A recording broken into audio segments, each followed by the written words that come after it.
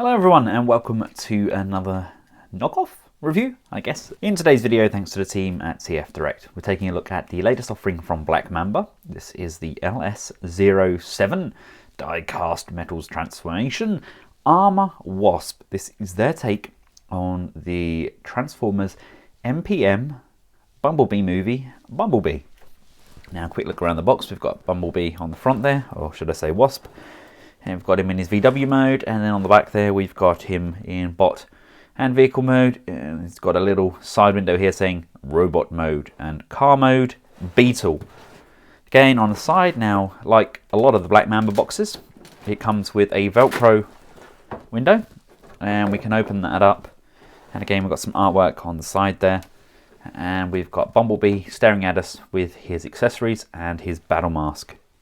And here we have him out of his plastic prison. Now, I initially thought that this was just a straight up repaint and kind of tidy up of the official Masterpiece version, but that's not actually the case. There's some difference in the engineering, and he's also slightly oversized.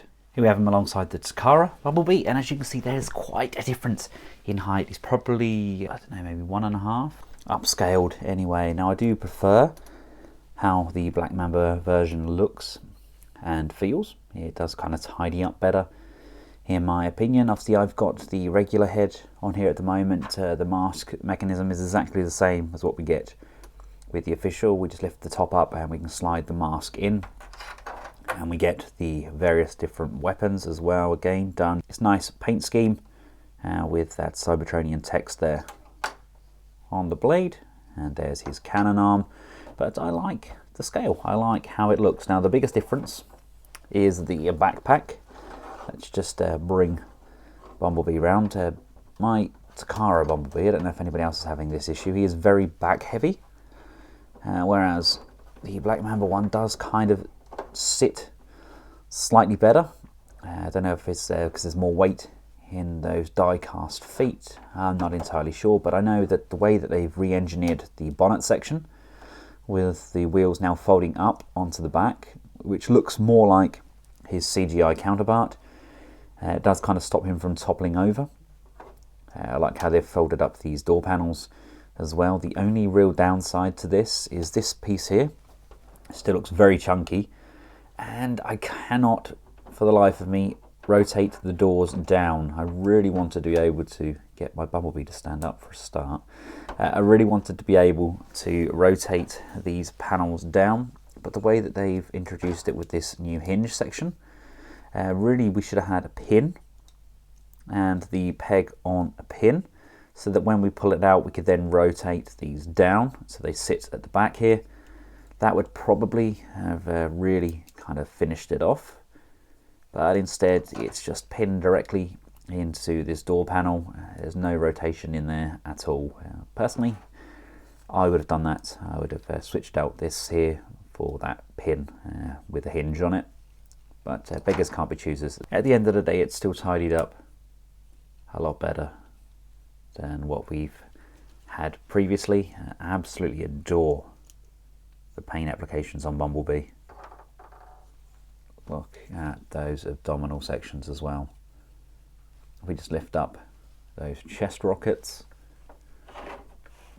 in comparison to the Takara. Just way more vibrant, really pristine. Just Black Mamba doing what Black Mamba does best.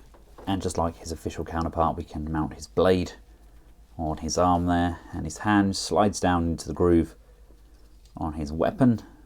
He does look exceptional. Let's just move this piece up on the head, and we can bring this top piece out, and we can bring the battle mask back in, and that's going to slide down over the top like that. I love how that looks.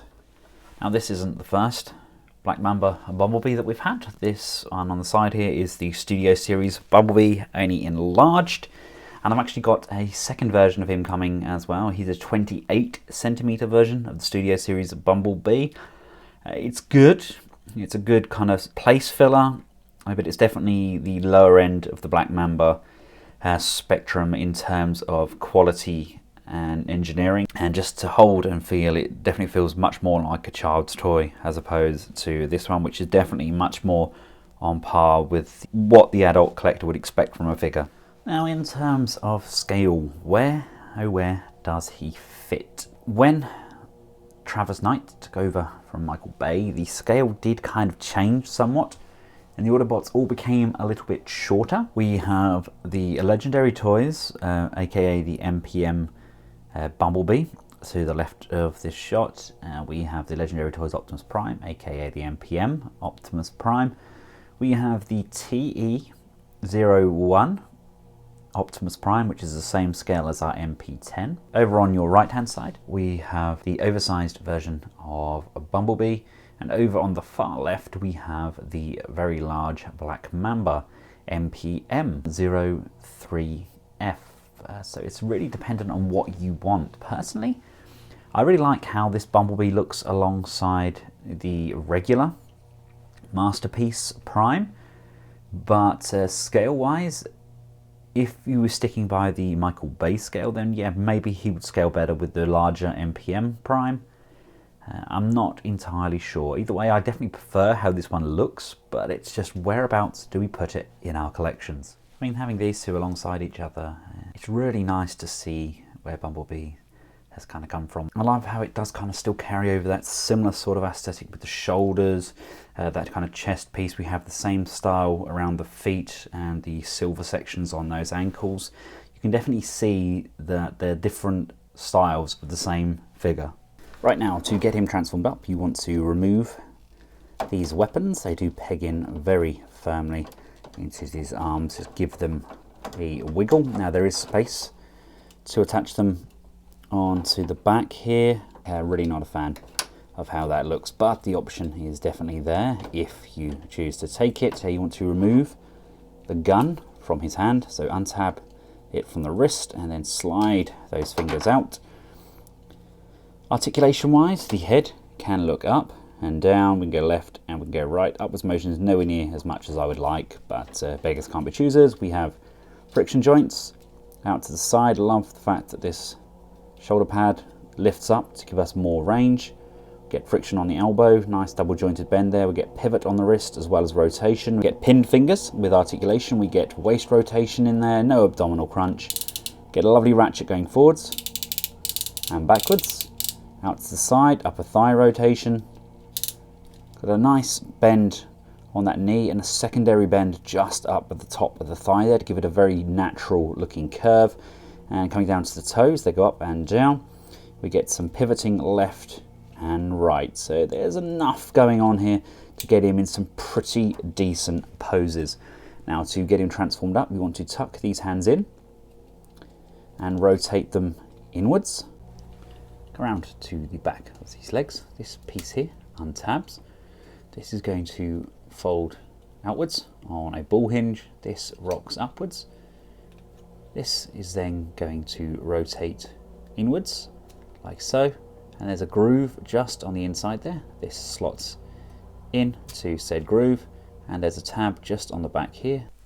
Bring it down so it's at the back here. Bring this section out, and we have a wheel hidden on the inside, which comes outwards like so.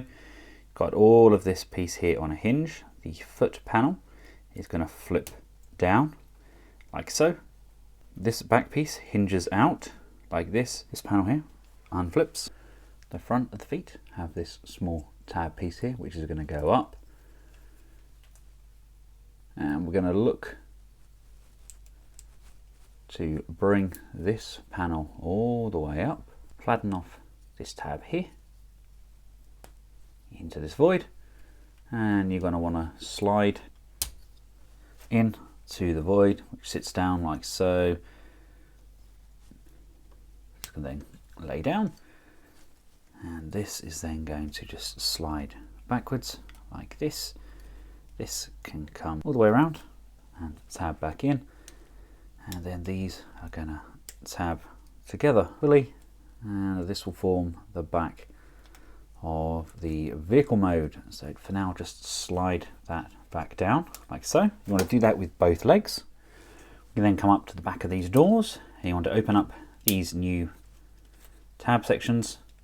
They're just going to open all the way out.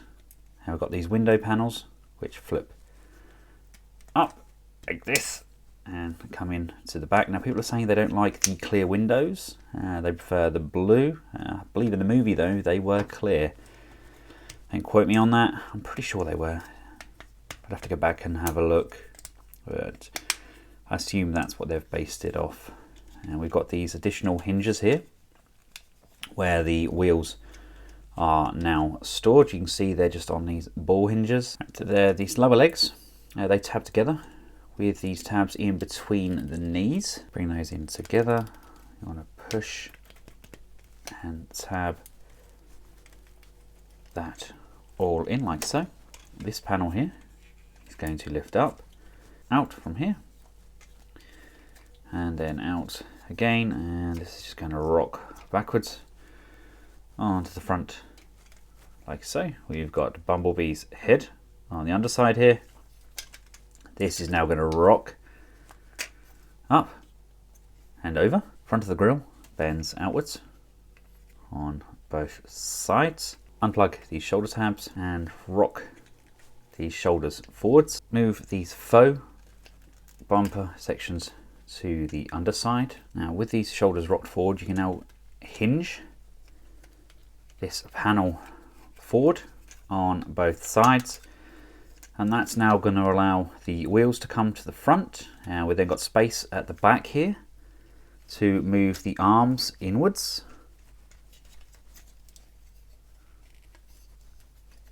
And they now flip on that right angle on the inside there. And then this top panel here can just push and tab in to position. We can now tidy up these front pieces by bringing this hinge all the way up, push, collapse in, and this is just tabs in just on here like so. The front panels are going to come all the way up to here, and then this will also tab in just underneath that bonnet, really tidying that all up. And then we can just bring this door back in, and that's going to lock in behind the front wing.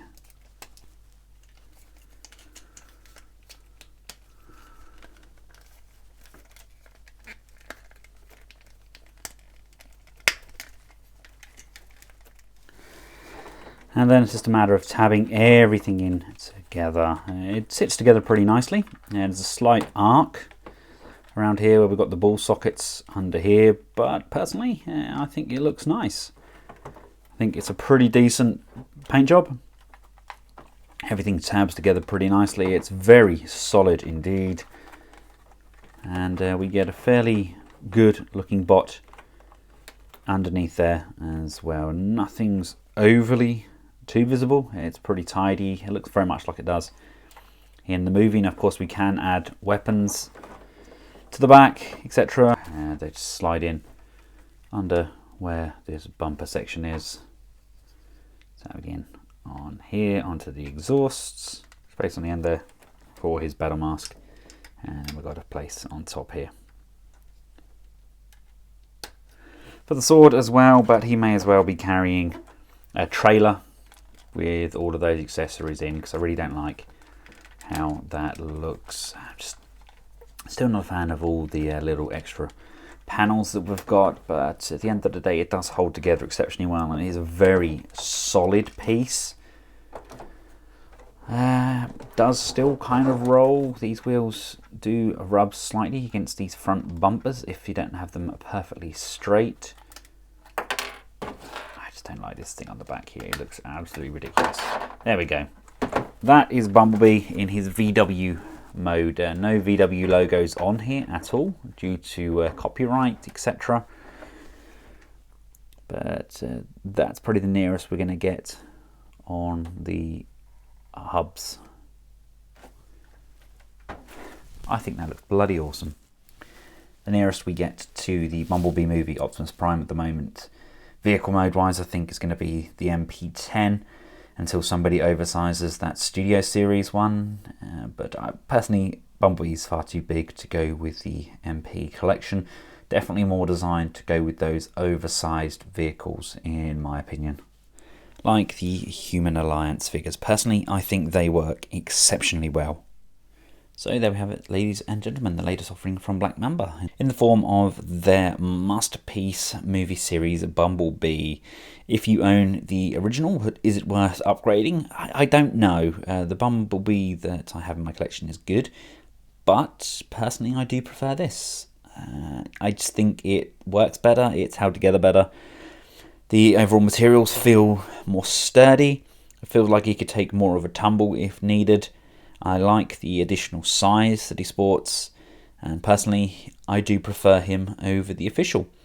But that's not to say that everybody will.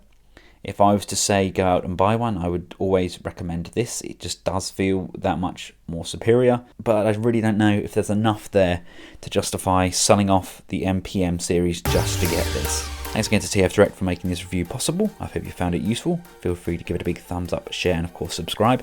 And until next time, for myself and the Black Mamba oversized MPM Bumblebee, goodbye.